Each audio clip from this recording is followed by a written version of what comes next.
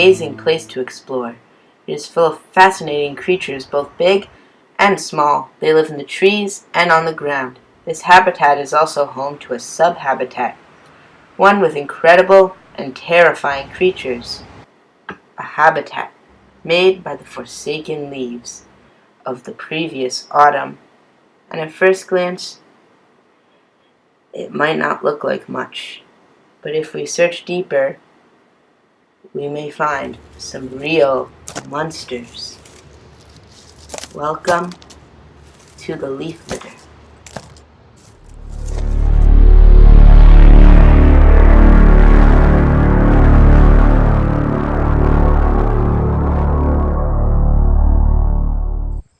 The leaf litter is also known as the forest floor and is home to a wide variety of animals and fungi. It provides a nice cool place to hide on hot summer days and shelter from the harsh winds and snow of winter. Creatures and fungi alike are both drawn to these living conditions. This place is also the graveyard of the forest. There are dead leaves, trees, and even animals within the leaf litter.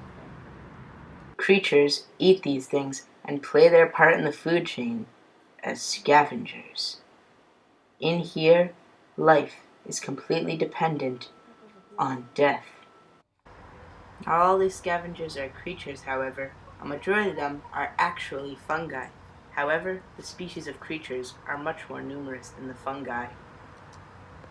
Occasionally, a rare amphibian can be found here. The red eft is neither a lizard nor a salamander. It is a newt, specifically a red-spotted newt. Newts go through multiple life stages: the egg, tadpole, the land-dwelling eft, and the semi-aquatic adult. The land-dwelling eft stage can be found in the leaf litter, where they will stay for about a year or so. Here they hunt crickets and worms. These newts have bright orange colors, which warns predators that they are poisonous. Other amphibians that can be found here is the fowler's toad and the salamander. Salamanders were once believed to have come out of fire. This is actually not true. The reason people thought of this was because when they built fires, they used logs which had salamanders in them. The salamanders could not take the heat and quickly left the logs running out of the fire, leading people to believe that this was true. Two of the leaf litter's most common salamanders are the redback salamander and the slimy salamander. One interesting thing about these salamanders is that they are lungless, meaning that they breathe through their skin. Because of this, their skin is extremely sensitive. The slimy salamander's skin has a sticky glue-like slime that protects their skin and helps defend them from predators. The redback salamander's defense is either running away or curling into a circle and rolling away. The slimy salamander is nocturnal, so by day it hides under logs and rocks. But by night, it is out and about, searching for food and moist places to get water. These salamanders are good swimmers, however they do not lay their eggs in the water, like most salamanders. In fact, they are never seen in the water at all. They stick to the leaf litter, where they lay their eggs in dark, moist spots. These salamanders can live a long life from up to 32 years. Their tiny hands, big eyes, and adorable faces make them the leaf litter's cutest residents. However, that is not saying much. Garter snakes also live here. They can camouflage and slither away swiftly. These little snakes are very vicious and will rear up like a cobra or rattlesnake. The remainder of the animals here look creepy and unusual. One example is the garden slug. These slugs are hated by gardeners for the consumption of their plants.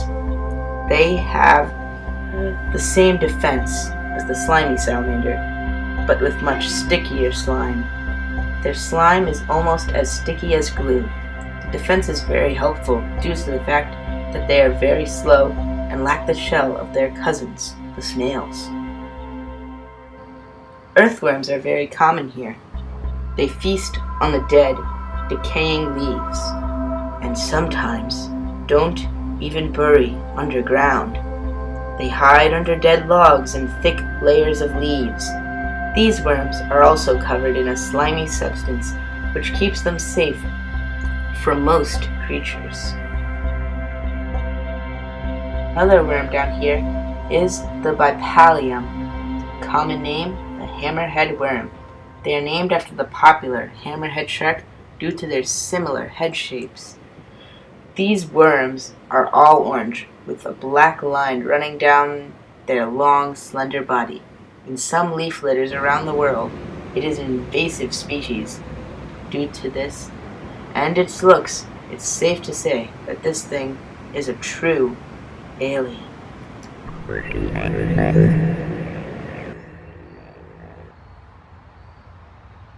The leaf litter can get very dark, and creatures who love the dark are cave crickets. These long-legged crickets like dark, moist places. They are very terrifying looking. Another creature commonly seen alongside worms are millipedes.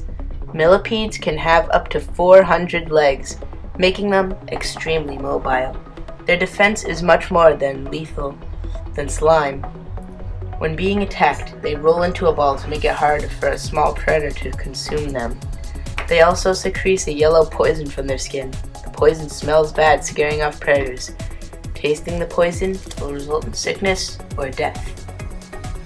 Their diet is what lures them to leaf litter. Like the worms, they eat dead and millipedes' cousins also thrive in the leaf litter, and a huge variety of them at that. There are the feared house centipedes. Their long legs enable them to run swiftly. This helps them chase down their favorite prey, spiders. Other centipedes here have a venomous bite and are also deceptive. They have long legs on the back of their body that resemble antennae. This confuses predators since they do not want to get bitten. Sometimes they will even walk backwards to trick the predators even more. They come in different colors like orange, tan, brown, and red. Unlike millipedes, these guys are carnivores, meaning they search the leaf litter for other bugs, which they will kill and eat.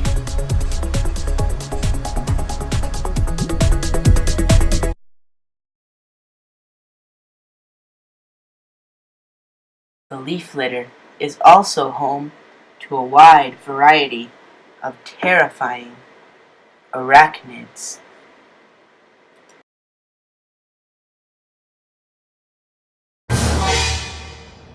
The harvestman is very fast and can be found all over the leaf litter. This creature, however, is not a spider. Speaking of which, there are many spiders in the leaf litter. Each spider has 8 legs and 8 eyes, making them terrifying predators. Most spiders construct webs in order to trap their prey. Their webs are also used to store prey away for later meals. Webs take a lot of time and effort to construct, and it is made out of a strong material called spider silk. The material is so strong that it could stop a bird in mid-flight. Even though this is an effective way of catching prey, it doesn't work for everyone.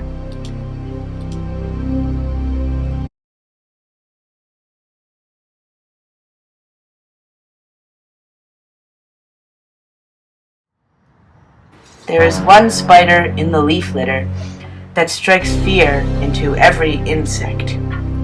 This spider hunts its prey down, giving it the name wolf spider. Wolf spiders are terrifying creatures. They chase down their prey like a wolf, and when they finally get their meal, they bite it with their venom-filled fangs. The venom will not kill the prey, but stun it, leaving it paralyzed and easy for the spider to eat or carry away. These spiders are fast runners. They need to be in order to chase down their prey, such as crickets, which can jump long distances.